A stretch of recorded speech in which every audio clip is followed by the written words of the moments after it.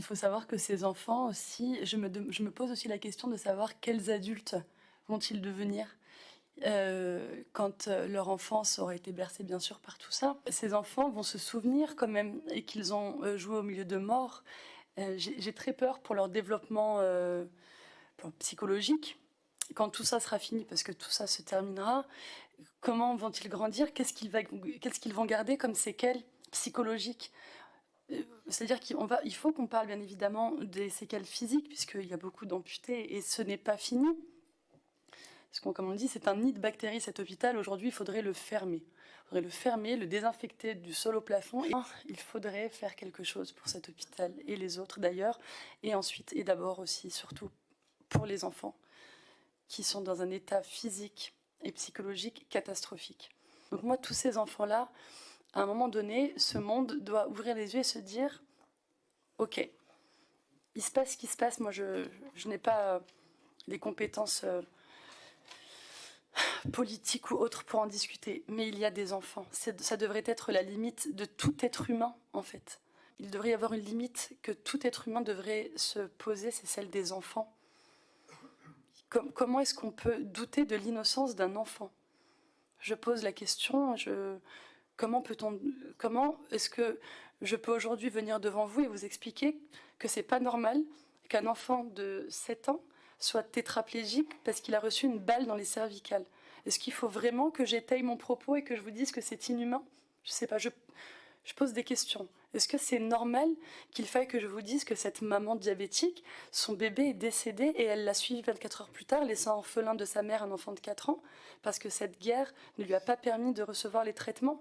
Il faut que j'explique que c'est inhumain, vraiment. C'est de devoir le faire vraiment depuis une semaine, depuis mon retour. Je me dis, il y a quelque chose ou c'est moi qui vais pas bien, ou il y a un problème quelque part. Donc j'en appelle à vous tous, à tous ceux qui peuvent faire quelque chose. Il faut arrêter ça. Il faut arrêter ça.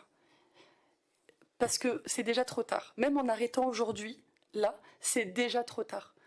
On a une génération entière d'handicapés physiques, mais pardon, et sur le plan psychologique, comment vont-ils faire? C'est... Comme l'a dit Shems, il y a beaucoup de patients qui sont arrivés avec une... Alors, Shems, je crois que c'est toi qui l'as anesthésié. Un jeune homme qui, sur le souffle d'une explosion, a fait un vol plané de plusieurs mètres, qui se retrouve avec les 2 jambes fracturées et brûlées. Il arrive aux urgences. Le chirurgien plastique n'était pas disponible. J'ai réussi à avoir l'ortho, j'ai pas réussi à avoir le chir plastique. Le chir plastique qui est opéré, le temps qu'il arrive aux urgences, que le patient soit pris en charge, il a dû attendre 24 heures, par manque de tout ce qu'on sait déjà. Il a été opéré le lendemain. Ce qui devait être des fractures des 2 jambes, avec des fixateurs externes, s'est retrouvé avec des amputations aux cuisses pour syndrome d'éloge. Tu te souviens de ce patient? Il avait 19 ans. Donc il a amputé des 2 jambes, syndrome d'éloge.